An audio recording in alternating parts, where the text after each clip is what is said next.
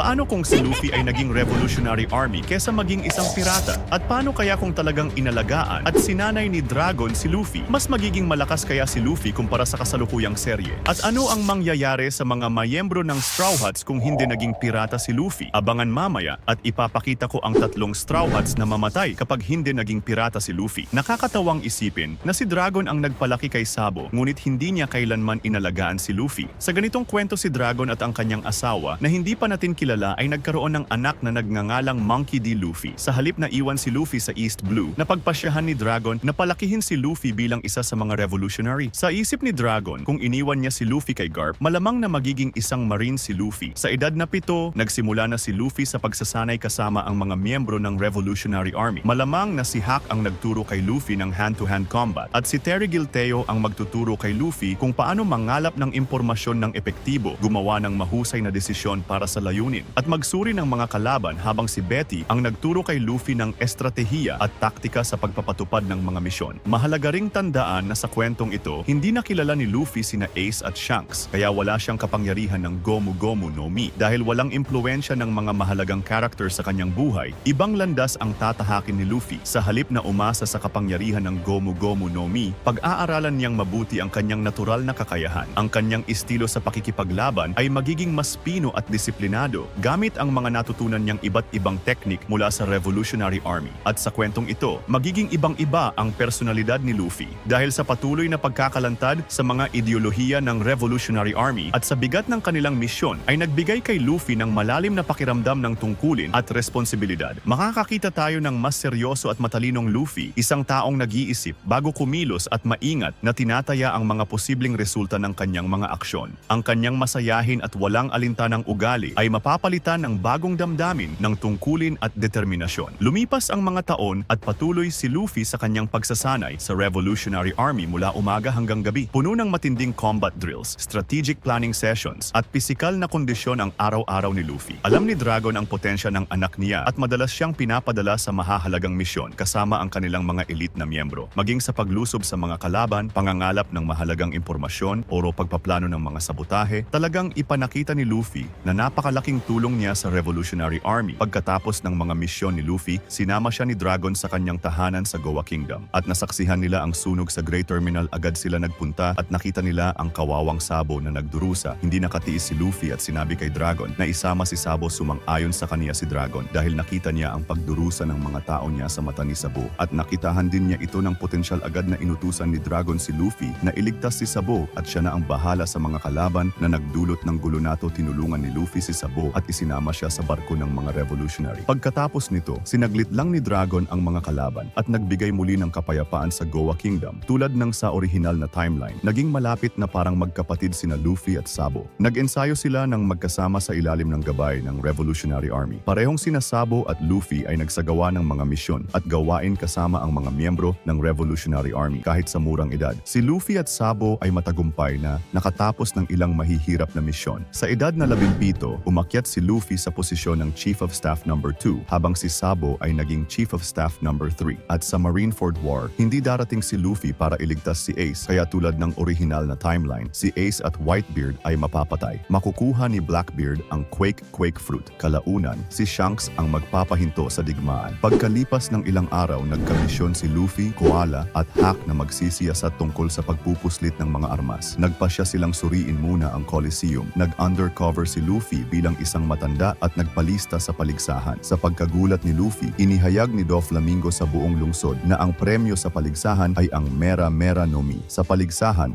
nakatagpo ni Luffy ang kanyang fleet mula sa orihinal na timeline. Dahil sa mga taong pagsasanay, madaling natalo ni Luffy ang mga ito. Partikular, nakatagpo rin ni Luffy dito si Burgess at sa huli ay tinalo niya ito at matagumpay na nakuha ang Mera Mera no Mi. Bago pa sila makaalis na palibutan ng mga Marines kasama si Admiral Fujitora dahil sobrang outnumbered sila Luffy. At sa puntong ito, hindi pa niya kayang tapatan ng isang Admiral. Nagdesisyon si Luffy na kainin ang Mera Mera no Mi para matulungan makatakas ang mga kasama niya laban sa mga Marines. Dahil hindi pa ni Luffy kabisado ang kaniyang bagong kakayahan, nahirapan pa rin silang tumakas, ngunit nagawa pa rin nila dahil matalino at nadiskarte ang personalidad ni Luffy sa istorya na ito. Nakadating sila sa kwampo nila at matagumpay na kumpleto ang misyon. Sa timeline na ito, hindi si Sabo ang kumain ng Mera Mera no Mi kundi si Luffy. Tinulungan ni Dragon si Luffy Luffy at si Nanay para ma-master niya ang kaniyang bagong kampangyarihan na tinumbasan pa ng napakalakas na haki mastery. Ilang buwan ang lumipas na laman na pinatay ni Sabo ang hari ng Alabasta, si Cobra Nefertari. Bukod pa rito, may balita rin tungkol sa pagkawala ni Vivi. Mula nang kumalat ang balitang pinatay ni Sabo si Cobra, pinalakas ng world government ang kanilang pagsisikap na hulihin siya. Ngunit huli na. Ipinaplano na ni Luffy ang sitwasyong ito at tinipon ang Revolutionary Army upang iligtas si Sabo. Sa huli, naging matagumpay ang misyon. Sa isang nabigong pagtatangka ng Marines na hulihin si Boa Hancock sa Amazon Lily, sinubukan ni Blackbeard na nakawin ang kanyang Devil Fruit. Ngunit dumating si Rayleigh. Ito ay nagresulta sa pagkuha ni Blackbeard ng 800 sundalo ng Navy at isang battleship. Nag-alok si Kobe na siya ang dukutin kapalit ng mga bihag. Nang marinig ito ni Garp, pinangunahan niya ang isang rescue mission kasama ang bagong henerasyon ng Marines sa Pirate Island. Sa Pirate Island, inatasan si Garp na palayain si Kobe at talunin ang Blackbeard Pirates. Kahit na maraming mga Titanic captains, kumpiyansa si Garp hanggang sa lumitaw si Kuzan, ang ika-10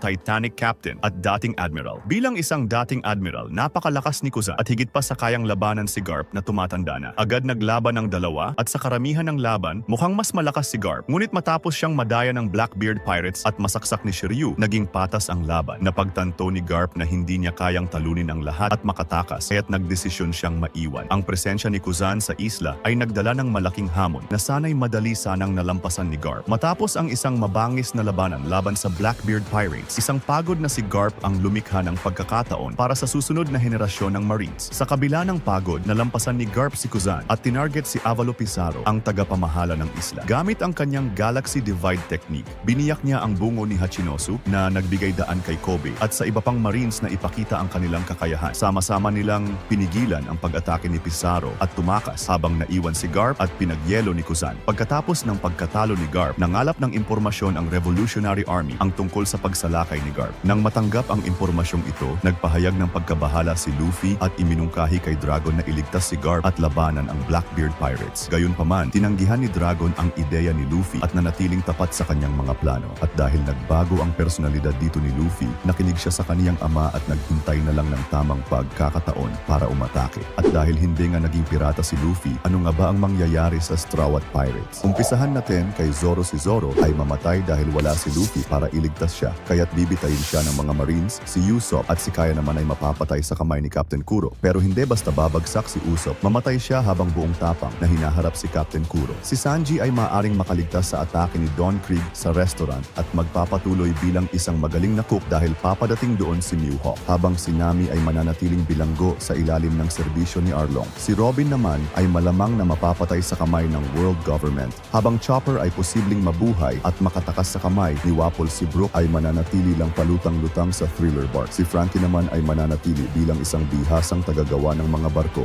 Sa wakas, si Jinbei ay mananatiling nakakulong sa Impel Down dahil wala si Luffy doon para iligtas siya. At dahil wala doon si Luffy para iligtas si Jinbei, alam kong andito ka para iligtas at suportahan ang channel. Huwag kalimutan, i-hit ang subscribe button para maging parte ka ng ating Straw Hat Grand Fleet. At durugin mo na rin ang like button. Nayan, salamat. Pagkatapos ng lahat ng nangyari, si Vegapunk ay nasangkot sa sunod-sunod na mga pangyayari na kinabibilangan ni Bonnie, mga tunggalian sa mga ahensya ng gobyerno at mga komprontasyon sa mga makapangyarihang individual. Sinimulan niya ang mga revolusyonaryong proyekto tulad ng paglikha ng mga satellite at artificial na devil fruits upang magdulot ng positibong pagbabago at alisin ang mga pinag-uugatan ng tunggalian. Gayunpaman, ang kanyang mga pananaliksik at mga natuklasan ay humatak ng paghanga at galit. Sa inaasahang galit, nagdesisyon si York na traidoren si Vegapunk at ang kanyang mga kapwa satellite upang maging isang world noble. Bilang resulta ng pagtataksil na ito, dinukot at ikinulong si Vegapunk ng world government. Pero ang hindi nila alam, sikretong nagtatrabaho si Vegapunk kay Dragon at para tulungan silang pabagsakin ang world government, naghanda para sa gera ang Revolutionary Army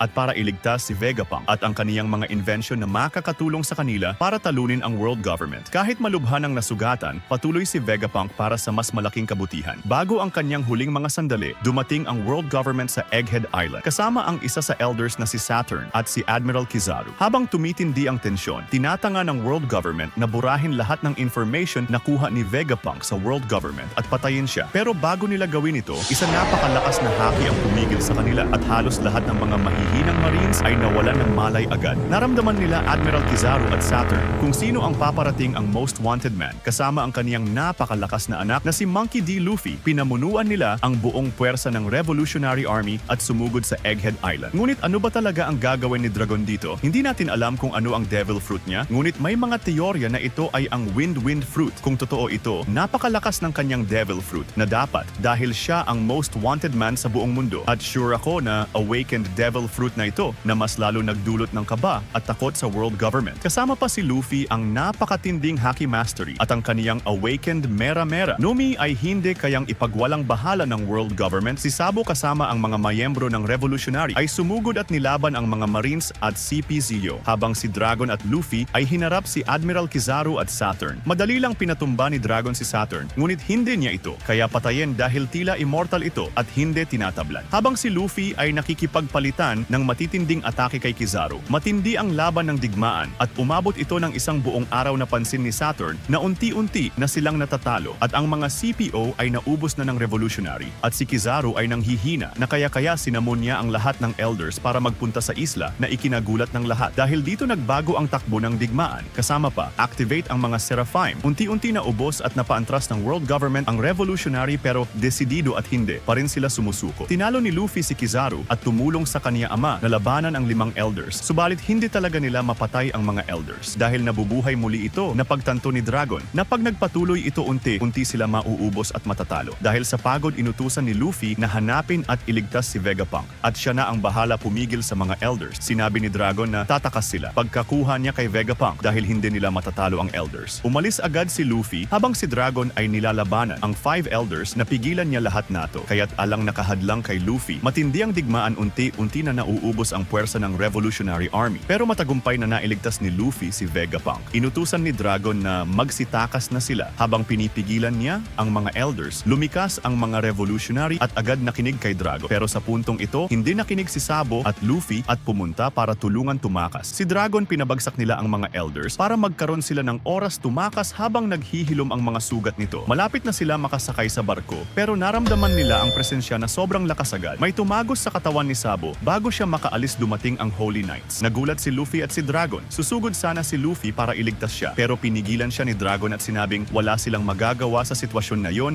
at dadating ang panahon na makakapaghiganti sila. Nakatakas sila Dragon at Luffy sa isla at matagumpay na nailigtas si Vegapunk. Ngunit ang kapalit noon ay ang buhay ni Sabo. Magdudulot ito ng matinding apoy sa puso ni Luffy upang mas lumakas pa para tuluyan na durugin ang world government. Kung mahilig ka sa mga One Piece videos kagaya nato, ito pang ang mga videos na para sa'yo. Huwag kalimutan mag-like, share at subscribe. Paalam!